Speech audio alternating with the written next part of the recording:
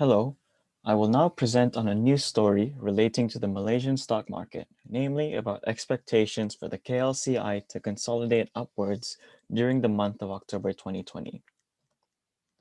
I will start by explaining the terminologies I learned through this story. The first term is the Kuala Lumpur Composite Index, or KLCI.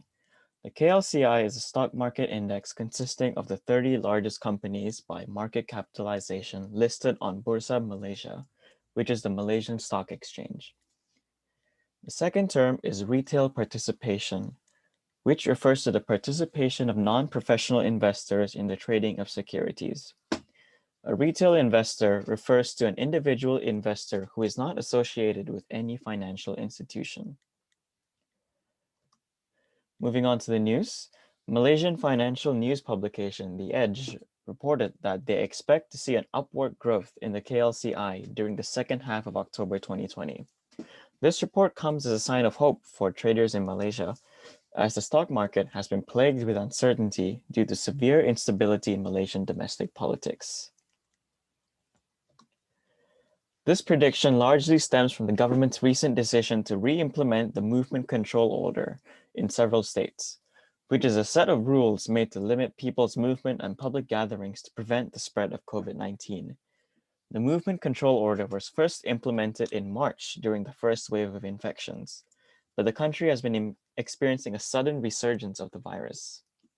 Because many people will now be working from home, analysts expect to see a significant increase in retail participation in the stock market. This graph indicates the level of the KLCI this year.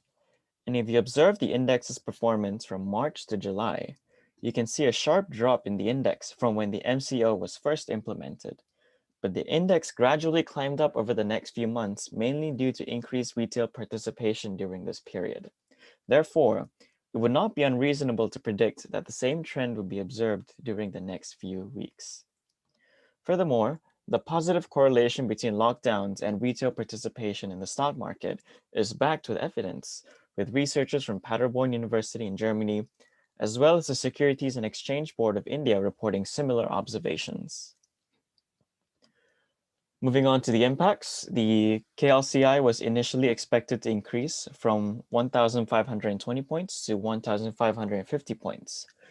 However, this increase in the index has yet to materialize, as the upward forces were overshadowed by an increase in political instability this month. Investors are now more hesitant than before, closely observing political developments in the country before making another move. In my opinion, I believe Malaysia's recent state of political turmoil will largely inhibit any trends of positive development in the stock market.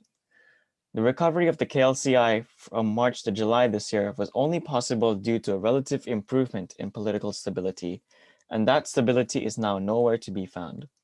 I believe investors are likely to remain hesitant until Malaysia's political landscape shows signs of stability. And that brings me to the end of my presentation. Thank you.